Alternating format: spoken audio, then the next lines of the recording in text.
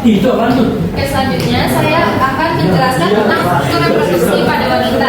Nah, yang pertama dari paling bawah itu bisa kita lihat ada vagina. Vagina ini memiliki fungsi sebagai alat kopulasi atau sebagai alat berhubungan dan juga jalur keluaran bayi. Lalu selanjutnya di atas sini ada cervix. Cervix ini atau leher rahim itu dipergunakan sebagai jalur lewatnya sel sperma dan juga lewat jalur lewatnya bayi dan juga tempat keluar darah menstruasi. Lalu bisa kita lihat lagi di sini ada otot dinding uterus. Otot dinding uterus ini memiliki fungsi untuk mendorong bayi saat proses persalinan. Jadi pada saat proses persalinan ini si otot dinding uterus ini akan mengalami kontraksi sehingga akan mendorong bayinya untuk keluar dari uterus. Lalu selanjutnya ada endometrium. Endometrium ini merupakan tempat menempelnya sel telur yang sudah dibuahi dan membentuk plasenta. Nah, lalu selanjutnya ada tubang falopi. Tubang falopi atau oviduk. Oviduk ini difungsikan sebagai pengangkut sel telur dan tempat terjadi pembuahan. Nah, jadi ketika sel telur ini sudah keluar dari ovarium, dia akan stay dulu di oviduk. Nah, dia tuh di oviduk menunggu sel sperma untuk membuahi sel telur. Nah, ketika sedang terjadi pembuahan, otomatis dinding sel endometrium ini dia akan menebal karena ketika dibuahi si sel telur dan sperma yang keluar ini akan menempel di dalam endometrium. Namun ketika tidak terjadi adanya pembuahan, dinding-dinding yang menebal di antara endometrium ini dia akan luruh dan keluar sebagai darah menstruasi. Lalu selanjutnya ada ovarium. Ovarium ini tempat pematangan sel telur dan menghasilkan hormon estrogen dan progesteron. Lalu selanjutnya yang ketujuh ada ligamen ovarium. Ini fungsinya sebagai untuk menopang ovarium.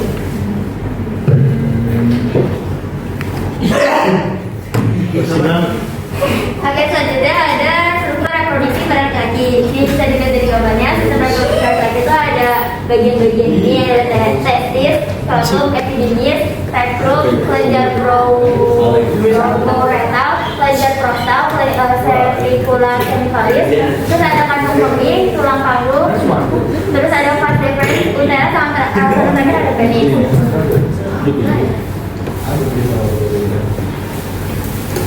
Oke, yang pertama itu ada penis. Penis adalah struktur organ reproduksi eksternal yang paling utama pada pria yang memiliki peran penting. Jadi salah satunya yaitu sebagai saluran penyaringan urin serta merupakan organ yang terlibat dalam proses seksual dan reproduksi. Nah, penis itu biasanya akan berhasil mengembang ketika mendapatkan rangsangan. Hal tersebut dapat membantu proses pengeluaran sperma. Nah, proses pengeluaran sperma itu biasa disebut dengan proses ejakulasi. Organ utama dalam sistem reproduksi pria, testis. Ini terletak di dalam skrotum. Testis ini berperan dalam memproduksi sperma dan hormon seks jantan, terutama hormon testosteron. Nah, hormon testosteron itu berfungsi untuk mengatur karakteristik seksual sekunder pada pria, yaitu perubahan suara pada laki-laki yang semakin berat sama perubahan pertumbuhan otot pada laki-laki. Terus ada epididymis. Epididymis ini bagian struktur panjang yang melilit di bagian atas testis. Nah, fungsi epididymis ini adalah untuk pematangan sperma yang akan membuahi sel telur. Jadi fungsi epididymis ini adalah pematangan yang tempat menyimpan sperma. Terus ada vas deferens. Nah, vas deferens ini tempat untuk menghubungkan dengan utera. Utera itu adalah tempat untuk mengeluarkan urin dan sperma dari dalam tubuh.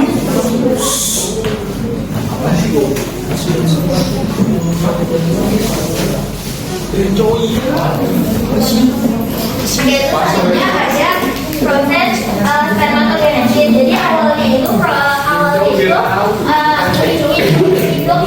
berawal dari induk yang bernama spermatogenium. Nah, spermatogenium ini mengalami pembelahan mitosis, lalu berubah namanya atau dari ini kromosomnya itu menjadikan awalnya tuh yang di induk itu tuh bisa gitu kan. Terus di sini tuh jadi kayak satu-satu gitu, makanya itu namanya itu spermatosis primer. Habis itu spermatosis ini mengalami pembelahan lagi, yaitu pembelahan meiosis 1. spermanya tuh terbagi menjadi dua, makanya dia dinamakan spermatosit sekunder haploid. Habis itu setelah itu dia mengalami pembelahan lagi, pembelahan meiosis dua, dia terbagi lagi menjadi dua lagi, yang dinamakan dengan spermatid haploid. Nah, spermatid haploid ini mengalami pematangan, yang dimana nanti yang kita bulat-bulat ini akan berubah bentuk sel sperma. Itu yang biasa kita sebut dengan sel sperma. Oke, selanjutnya saya akan menjelaskan tentang proses oogenesis.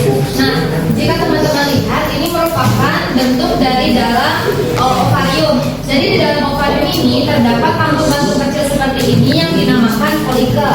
Nah, fun fact, proses oogenesis ini sudah dimulai saat wanita sudah mulai di dalam kandungan. Sel benih atau primordial germ cell ini dia membelah secara mitosis untuk menghasilkan oogonium. Lalu setelah oogonium ini mengalami pembelahan mitosis lagi untuk menghasilkan oosit primer atau corong ovum.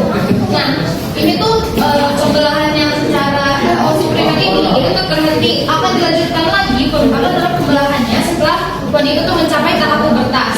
Nah, ketika sudah mulai pubertas, oosit primer ini dia akan mematangkan selnya di dalam folikel-folikel ini. Nah, itu tuh dirangsang oleh sel FSH atau follicle stimulating hormone. Nah, ketika dia nih fungsi dari hormon FSH ini itu untuk memancing si folikel ini untuk pertumbuhan dan perkembangan dari oosit primer. Nah, tiap bulannya hanya ada satu folikel yang pecah, sehingga folikel yang pecah ini akan menghasilkan oosit sekunder. Nah, jadi itu akan dilepas ke tuba falopi. Nah, tuba falopi ini ketika ada sel sperma yang berhasil menembus ke oosit sekunder ini, baru dia akan mengalami belahan lagi di meiosis yang kedua dan menghasilkan sel ovum dan juga badan polar yang kedua. Nah, badan polar ini dia akan mengalami degenerasi dan akan mati. Lalu ketika dia sudah sel sperma berhasil menembus ke dalam ovum dan sudah bersatu dengan ovum, baru dia akan menempel kembali di endometrium.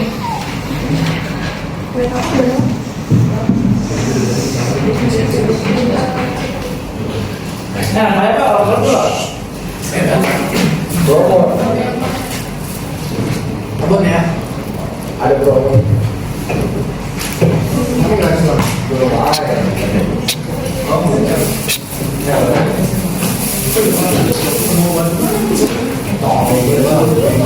Ariel. Ariel. Adril kan ya?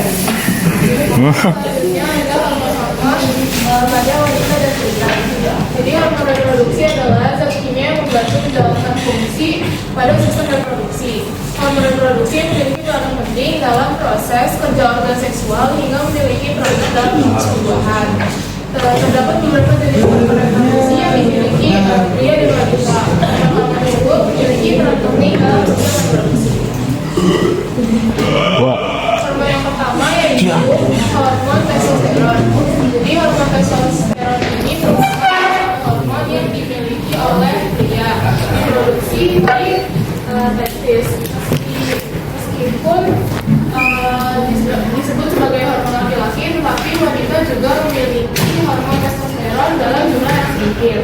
Hormon testosteron pada laki-laki memiliki peran penting dalam proses produksi sperma, mengendalikan gairah seksual dan hingga menjaga kepadatan tulang dan masalah. Sedangkan fungsi hormon testosteron pada wanita yaitu dapat menjaga kekuatan tulang, berperan dalam gairah seksual, mengontrol suasana hati, juga dapat meningkatkan nyeri.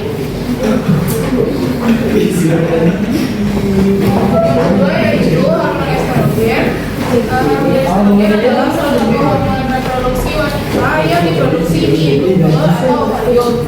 Pada saat wanita hamil, hormon ini juga diproduksi oleh plasenta untuk membantu menjaga kesehatan ibu hamil. Selain itu, hormon ini memiliki peran dalam membantu proses metabolisme di antaranya perkembangan tulang dan mengatur kadar kolesterol. Meskipun ini adalah salah satu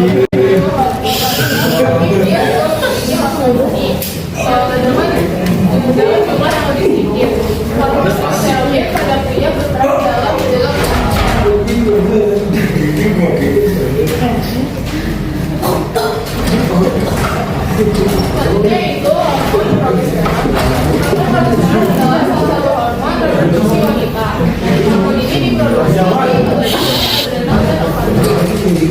hormon progesteron memiliki dalam proses kehamilan. Dalam hal ini, hormon progesteron akan mempersiapkan isi rahim atau endometrium untuk mengembangkan sel telur yang dibuahi oleh sperma.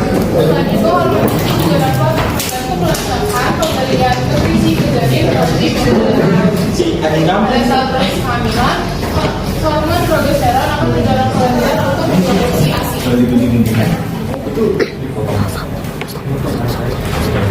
Selanjutnya, luteinizing hormon atau LH. Luteinizing hormon atau LH merupakan hormon reproduksi yang dimiliki pada pria maupun wanita.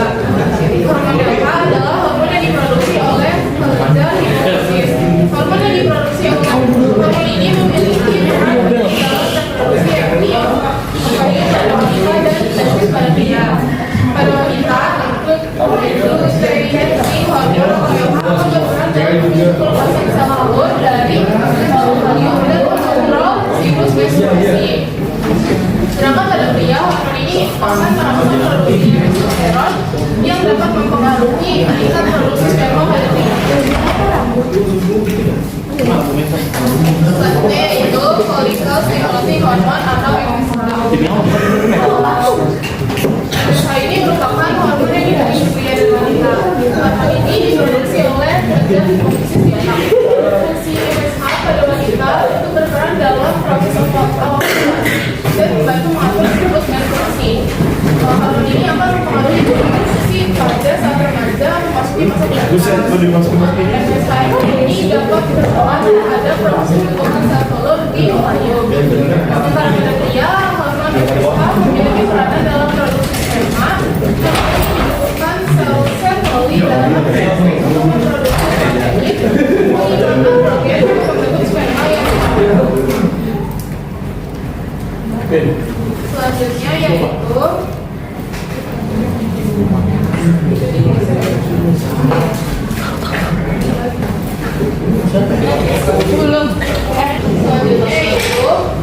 gonadotropin-releasing hormone atau GnRH. Hormon ini memiliki peran penting dalam hubungan pria maupun wanita. Hormon GnRH ini diproduksi di bagian otak yang bernama hypothalamus.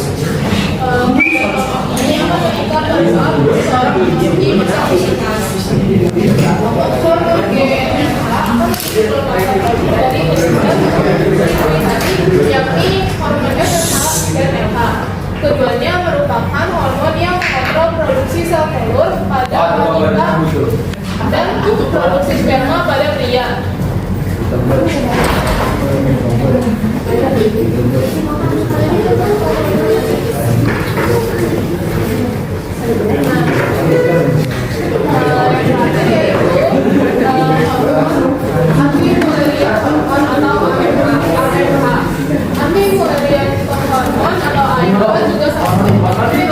Diproduksi oleh organ reproduksi baik pada pria maupun wanita. Pada wanita, hormon sel telur yang tersisa di dalam ovarium wanita. Pada mereka di dalam darah berangsur menurun, jadi bertambahnya usia dan tidak akan memiliki fermentasi pada darah. Menurut data Sayani SPOG, dokter spesialis pediatri dan ginekologi Indonesia menyatakan jika pada IVF tidak memiliki nilai pasti namun sesuai dengan usia.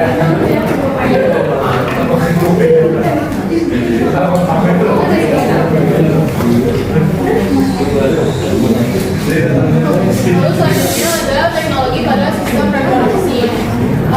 Teknologi pada sistem reproduksi ada 4. Yang pertama yaitu kelahiran sesar. Kelahiran yang dilakukan melalui tindakan operasi. Kelahiran ini dilakukan apabila kelahiran normal tidak dapat dilakukan. Yang kedua yaitu bayi tabung. Bayi tabung merupakan proses fertilisasi in vitro atau terjadi di luar rahim ibu dengan cara fertilisasi dilakukan di media kultur atau tipe yang telah membelah dimasukkan kembali ke dalam rahim ibu dan menjalani masa seperti biasa. Jadi prosesnya yang pertama dilakukan pengobatan terlebih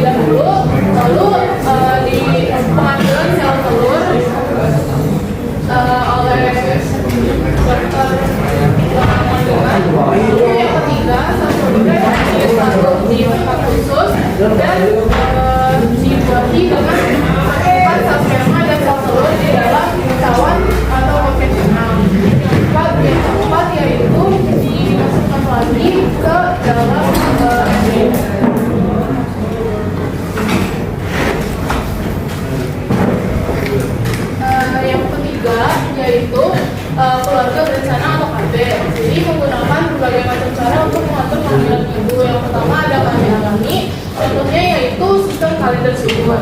Yang kedua yaitu KB hormon yang dilakukan antara lain progesteron atau mencegah menstruasi atau progesteron dan estrogen atau mencegah ovulasi dan menstruasi. Contohnya yaitu minum pil KB, suntik KB, vaginal ring, dan intrauterine system atau bius. Yang C yaitu KB kontrasepsi atau pakai alat. Contohnya yaitu kondom, cervical caps atau diafragma, intrauterine device atau IUD atau spiral.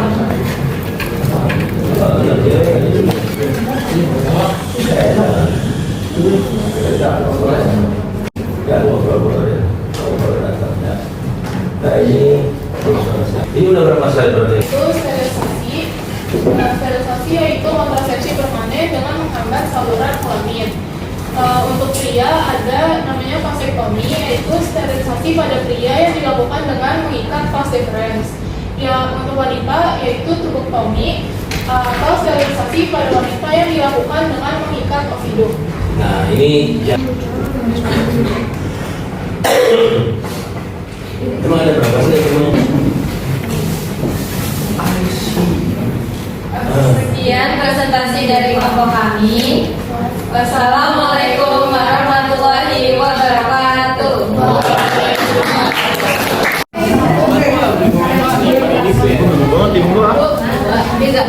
Assalamualaikum warahmatullahi wabarakatuh.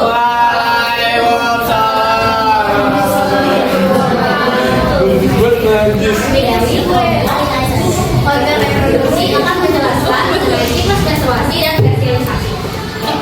Jadi yang pertama, siklus menstruasi itu memiliki 3 fase, yaitu yang pertama fase menstruasi, fase proliferasi, sama fase sekresi. Nah, sekresi atau sekretori sama aja ya. Nah, fase menstruasi ini biasanya terjadi dari hari kedua sampai hari ke-7, ditandai dengan peluruhan di rahim sehingga menyebabkan pendarahan. Nah, yang kedua itu ada fase proliferasi. Kalau fase ini itu ditandai dengan adanya kenaikan hormon estrogen dan ada pertumbuhan sel rahim tapi tidak terlalu banyak seperti saat nanti masih sekretori. Kemudian yang terakhir itu ada fase sekretori atau fase sekresi. Nah, di fase ini ditandai kenaikan kadar hormon progesteron sehingga membuat bibit rahim itu menjadi besar dan sehingga bisa efektif untuk nanti ada sel telur atau difertilisasi. Selanjutnya ini ada mungkin diagram atau gambar menstruasi. Jadi pertama-tama ini di sini di bagian sini itu ada di bagian sini dan sini, kemudian di bagian dua ini dan sini itu saat terjadinya fase menstruasi. Nah, di bagian sini ini saat terjadinya fase proliferasi. Sedangkan yang ini saat terjadi fase sekresi atau sekretori. Pertama-tama ini cara bacanya bisa dimulai dari bawah ke atas atau atas ke bawah, itu terserah Bapak. Jadi pertama-tama akan ada kenaikan FSH atau follicle stimulating hormone.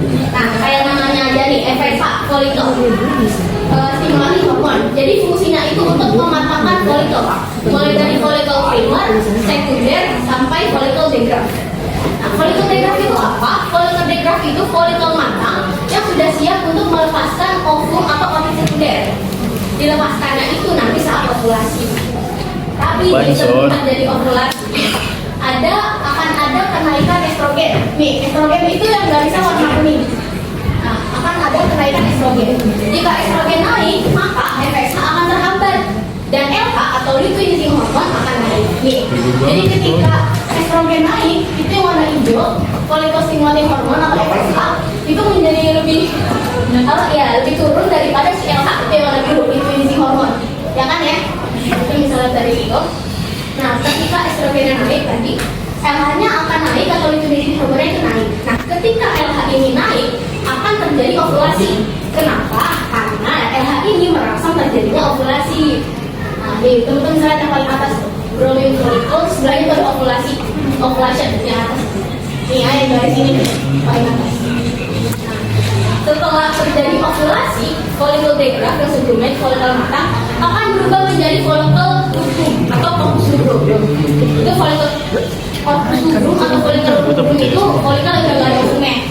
Nah, dari korpus rubrum ini akan berubah menjadi korpus luteum yang warna kuning. Main atas dan bulat dua. Kenapa bisa berubah jadi korpus luteum? Karena sebelumnya ada peningkatan LH. Jadi LH ini selain merangsang terjadinya ovulasi atau berfase ovum, dia juga bisa mengubah korpus rubrum menjadi korpus luteum. Nah, ternyata korpus luteum ini bisa merangsang hormon. Korpus luteum ini akan merangsang kenaikan hormon progesteron yang warna ungu. Nah, ketika hormon progesteron ini akan naik, maka dinding rahim atau endometrium itu akan menebal. Jadi fungsi dari progesteron itu salah satunya untuk menebalkan dinding rahim ini. Kenapa dinding rahim ini tebal? Karena ketika nanti sel telur akan difertilisasi atau dibuangi, kan akan menjadi zigot. Zigotnya nanti akan disimpan atau menempel di dinding rahim ini. Nah, kita balik lagi ke atas yang korpus luteum. Korpus luteum ini akan berubah menjadi korpus albicans atau korpus yang nantinya akan hancur. Nah, korpus ini ternyata tidak bisa merangsang hormon apapun. Karena nggak bisa merangsang hormon apapun, nih kita lihat nih progesteron itu jadi anjlok atau jadi menurun. Nah, kalau progesteron estrogen ini menurun atau anjlok, maka akan terjadi penurunan dinding rahim atau bisa kita sebut sebagai menstruasi. Nah, di sini ada seperti itu. Oke. Selanjutnya ada fertilisasi. Kalau yang sebelumnya itu mengenai menstruasi, yang ini fertilisasi atau pembuahan. Fertilisasi ini adalah proses di mana ovum atau sel telur itu bertemu dengan sel sperma di tubal falopis sehingga menghasilkan zigot. Nih, jadi ketika ovum itu dikeluarkan dari ovarium melalui ovulasi, ovum akan bergerak ke arah tubal falopis atau ovium atau saluran telur. Itu namanya sama aja. Nah, ketika akan bergerak ke arah tubal falopis, ketika akan bergerak ke tubal falopis, sel telur akan bertemu dengan sel sperma. Sel sperma ini perlu melewati 3 lapisan dari sel telur. Yang pertama itu lapisan corona radiata, yang kedua lapisan zona pellucida, dan yang ketiga itu lapisan membran plasma. Nah, sel sperma ini perlu enzim untuk masuk ke dalam sel telur ini. Nah, masing-masing dari lapisan ini itu punya bisa dibilang sperma itu punya masing-masing enzim buat masuk ke dalam lapisan ini. Nih, di bagian sperma itu, di bagian kepalanya, di bagian hidungnya, ini yang tajam ini ada yang namanya akrosom. Akrosom itu nanti akan mengeluarkan enzim. Yang pertama, untuk melewati corona radiata, sperma perlu mengeluarkan enzim hyaluronidase. Nah, itu untuk melewati corona radiata. Lalu untuk melewati zona pellucida, sel sperma perlu mengeluarkan enzim protease. Jadi ada dua, hyaluronidase sama protease. Hyaluronidase itu untuk corona radiata, sama protease untuk melewati zona pellucida. Nah, ketika sel sperma berhasil masuk ke dalam sel telur, itu yang berhasil masuk semuanya. Tapi warahmatullahi wabarakatuh. Waalaikumsalam warahmatullahi wabarakatuh. Jadi pada kali ini kelompok kami akan menjelaskan mengenai kelainan pada organ reproduksi wanita dan pria. Jadi yang pertama itu ada cryptocardisme, yaitu saat gagal turunnya testis dari rongga perut menuju skrotum sewaktu lahir. Jadi kalau misalkan kita mengidap cryptocardisme, itu salah satu testis naik sebelah. Iya.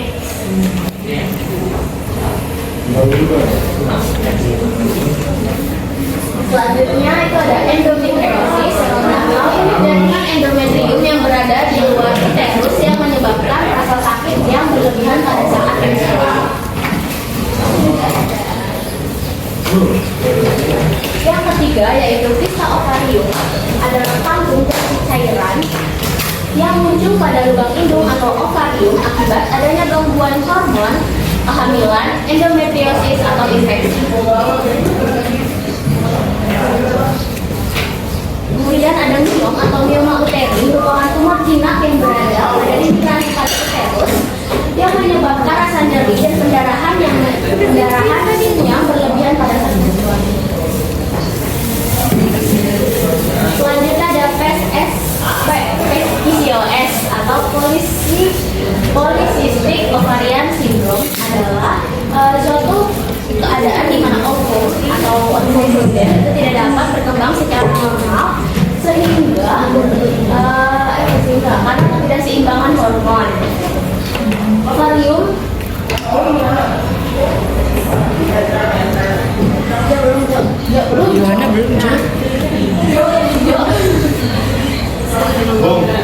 ovarium menghasilkan hormon secara berlebihan sehingga ovarium akan memproduksi lebih banyak kantung yang bersih cairan atau kista.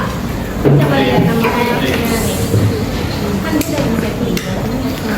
Selanjutnya ada AIDS dan HIV. AIDS adalah suatu kondisi di mana ada infeksi terakhir dari HIV, di mana sistem kekebalan tubuh telah rusak parah sehingga tidak dapat melawan penyakit ataupun infeksi.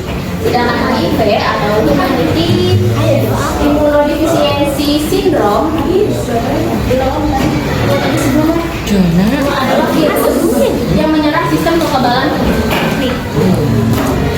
Nah, dapat terjangkit melalui hubungan seksual terhadap orang yang sudah terjangkit virus HIV, jarum suntik yang tidak lagi steril atau dipakai oleh orang lain, yaitu transfusi darah, dan yang keempat penularan kepada ibu kepada anak melalui kehamilan, melahirkan dan menyusui.